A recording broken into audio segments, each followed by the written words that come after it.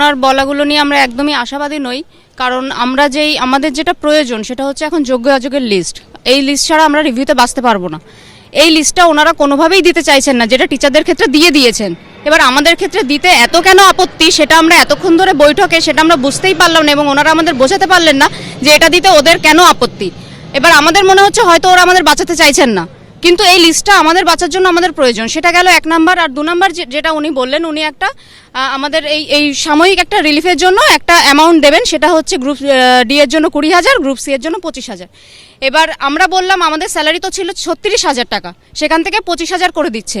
এবার আমরা সেটা চাইছিলাম যে সেটা উনি 30,000 টাকা করুন, আর গ্রুপ ডিতে ছিল 26,000, ওটা 20,000 করেছে, ওদের 6,000 টাকা হয়েছে। এবার আমাদেরও যদি সেটা 30,000 করে তাহলে আমাদেরও 6,000 টাকাই কম হবে।